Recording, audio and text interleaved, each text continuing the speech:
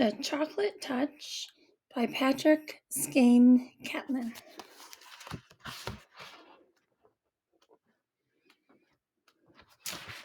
Chapter 1. Most of the time, John Midas was a very nice boy. Every now and then, of course, he broke a rule, such as the rule against pretending to be a tiger when his sister Mary was supposed to be getting to sleep. Generally speaking, however, he behaved very well. He should have behaved better. He lived in a comfortable house, surrounded by a green lawn and wide spreading shade trees that were suitable for climbing. His mother was gentle as well as practical. His father, when he didn't have to hurry to town, spent hours telling John interesting things about baseball, beetles, birds' nests, boats, brigands, and butterflies. John went to school and liked it. His teacher, Miss Plimsoll, was fairly easy to get along with as long as he did careful work. He had received a new shiny gold trumpet and music lessons as a going to school present. Mrs. Quaver, the music teacher, had soon agreed to let him play small parts, a few notes at a time, with the school orchestra. Finally, there was Susan Buttercup, who was in his class. Susan had soft yellow curls, round pink cheeks, blue eyes, and one of the best collections of marbles in the neighborhood. John should have been completely well behaved, but he wasn't. He had one bad fault. He was a pig about candy. Boiled candy, cotton candy, licorice, all sorts, old-fashioned toffee, candied orange and lemon slices, cracker jack, jelly beans, fudge, black currant toffee, black currant lozenges for ticklish throats, nougat, marron glacé, acid drops, peppermint sticks, lollipops, marshmallows, and above all, chocolates. He devoured them all, while other boys and girls spent their money on model airplanes, magazines, skipping ropes, and pet lizards. John studied the candy counters. All his money went on candy, and all his candy went to himself. He never shared it. John Midas was candy mad. At lunch one Saturday, Mrs. Midas noticed a couple of little red spots at the end of John's nose. "Look," she said to Mr. Midas, "John has spots." Mr. Midas leaned forward to look at them. He gravely shook his head and clicked his tongue. John tried to look too, but it is very difficult to see the end of your own nose without a mirror, unless you happen to be an elephant with a long nose that you can bend double. When John tried to look at the end of his nose, first with one eye and then with the other, and then with both together, all that he could see was a pink blur. Besides, trying to look at something so close made his eyes ache. "I can't see any spots, Mother," John said. "Well, I can," Mr. Midas said. "Just because you don't see a thing doesn't always mean it isn't there. Try feeling the end of your nose with your finger." John rubbed his finger over the tip of his nose. It felt a bit rough. "It may be measles," Mrs. Midas said anxiously. She placed her hand on John's forehead to feel whether he was warmer than usual. "But I don't think he has a temperature," she decided. "I suspect John has been eating too much candy again," Mr. Midas said. "Have you been eating candy this morning, John?" "Some," John admitted. "What?" Mr. Midas asked. "Well," John replied, "well, I had a few cream delights. Susan gave them to me." "Anything else?" Mr. Midas asked. "A little toffee crunch," John asked. "And what else?" Mr. Midas asked, beginning to look cross. John's ears grew red. He knew he wasn't supposed to eat candy before meals. "Oh, only, um, oh, hardly anything else," he said. "John," Mr. Midas said, and his son recognized the tone. It meant that John had to tell everything.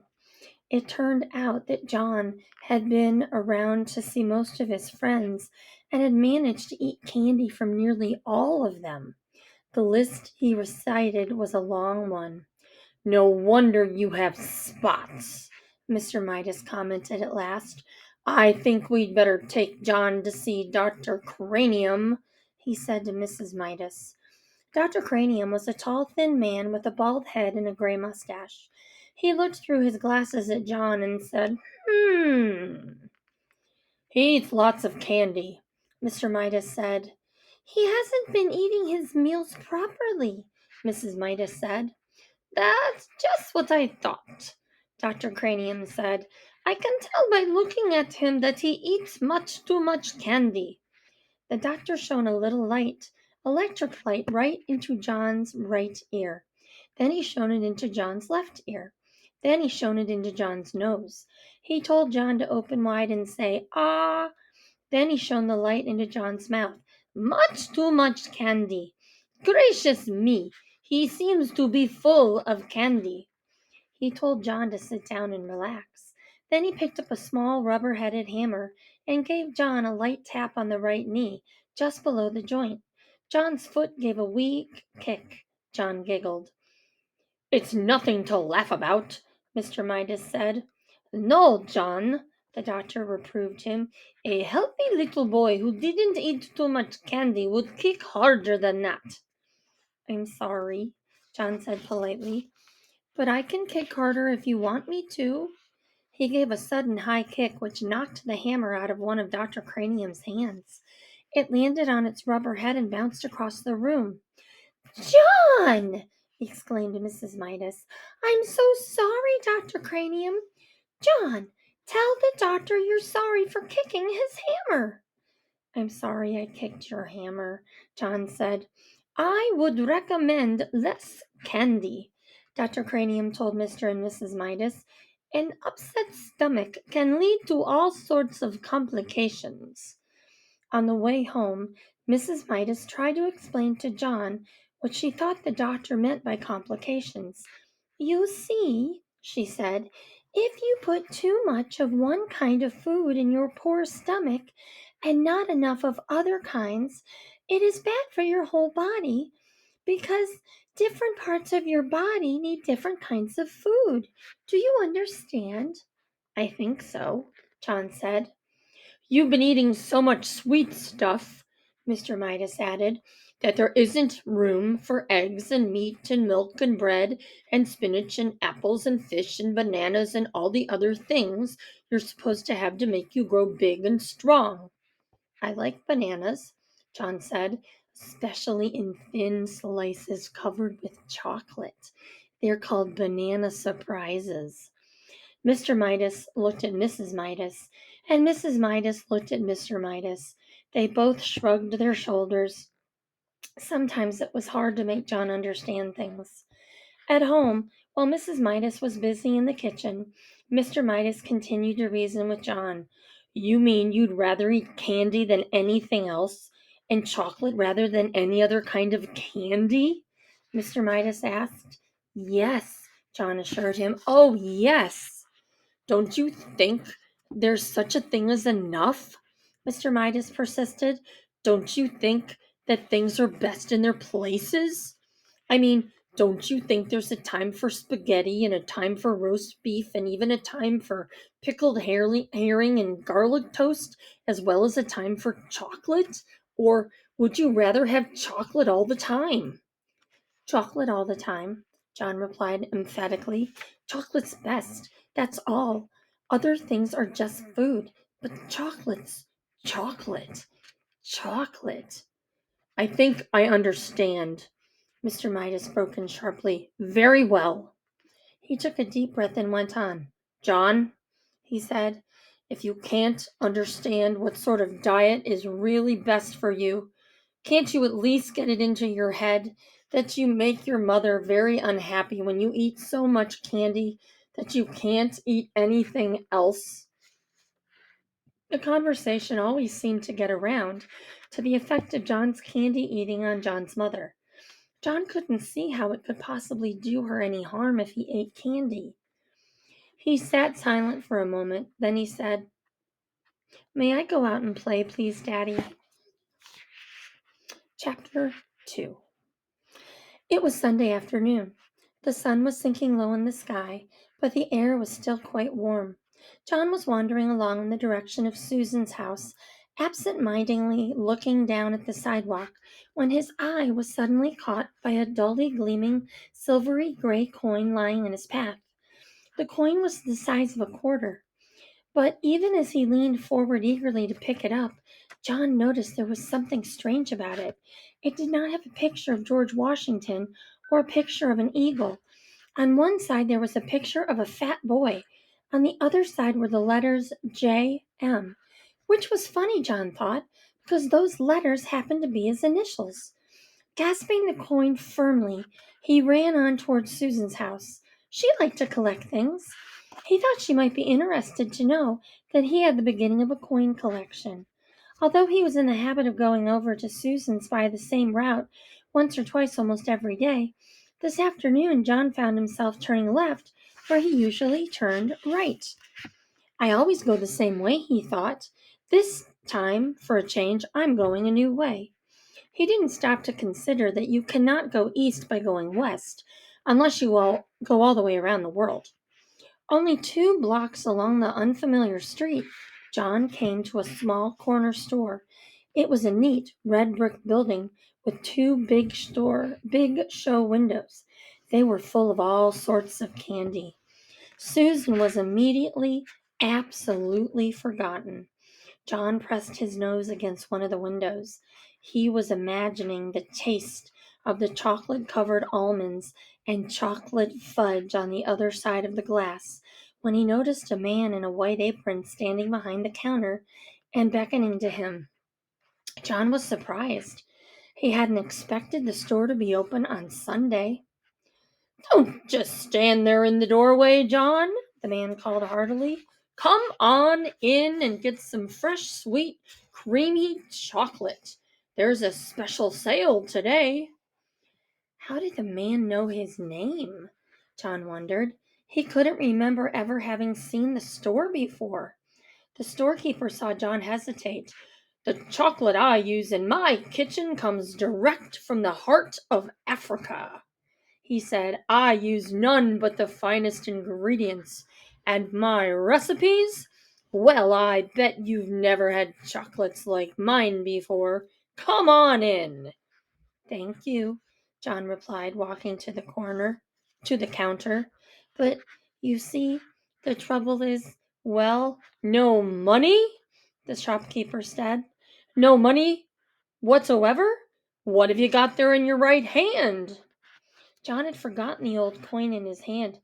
"Oh," he said, "this is part of my coin collection. I mean," he added more honestly, "I'm going to save this coin and then get some more to make a collection." "Let me have a look at it," the storekeeper said. He looked briefly at the coin. "Aha!" he exclaimed. "Is it any good?" John asked, his hopes suddenly rising. "Very good," said the storekeeper. "In fact, it's the only kind of money I accept, but I don't suppose that you'd want to spend it on a box." "A whole box?" "I imagine you'd rather keep this for your coin collection than spend it on chocolate, wouldn't you?" "Oh, no," John said. "Chocolate any day." "Go ahead then, help yourself," the storekeeper said, pointing to a heavily laden show table piled high with large cellophane-wrapped candy boxes, all exactly alike. "You mean I can have one of these?" John added, his eyes round with surprise. The candy boxes were as big as the ones his father always brought home at Christmas time. "Just help yourself," the storekeeper assured him. "That is, unless you think it might be better to ask your mother first." "She wouldn't mind," John said hastily, and blushed. The storekeeper winked knowingly. "I'm sure she won't," he agreed. "Not in the long run, anyway." John tucked one of the large boxes under his arm, declined the storekeeper's offer to wrap it as a gift, thanked him, and hurried out of the store before there could be any question of anyone's changing his mind. The storekeeper smiled as he watched his customer hurrying away down the street. John decided that it might be sensible to enter his house quietly by way of the kitchen. With the large candy box hidden behind him, he let himself in by the back door and crept up the kitchen stairway on tiptoe toward his own room on the top floor. Just as he was about to round the corner on the second floor to continue his way upstairs, he had to stop for a moment while his father walked by, coming along the hall from the bedroom telephone. "That was Mrs. Buttercup on the phone," Mr. Midas called to Mrs. Midas as he walked down the front stairs. "She said she was sorry John hadn't been able to get over to play with Susan this afternoon. But it was a good thing in a way, she thought, because Susan's already so excited for her birthday party tomorrow. I wonder where John could have got to." As soon as the second floor was quiet again, and John knew there was no danger that his candy box would be seen, he hurried silently up to his bedroom, pushed open the door, and slid the box under the bed. Then he walked heavily down to the living room. "Well, there you are," said Mrs. Midas. "We couldn't imagine where you'd been. What have you been doing?" "Oh, just sort of playing around," John said. John usually took a long time to put his things away and undress and bathe and get ready for bed, for he thought sleeping was a waste of time. But this evening he started yawning long before his usual bedtime. Ho hum, sleepy," John announced. "All right," Mrs. Midas said.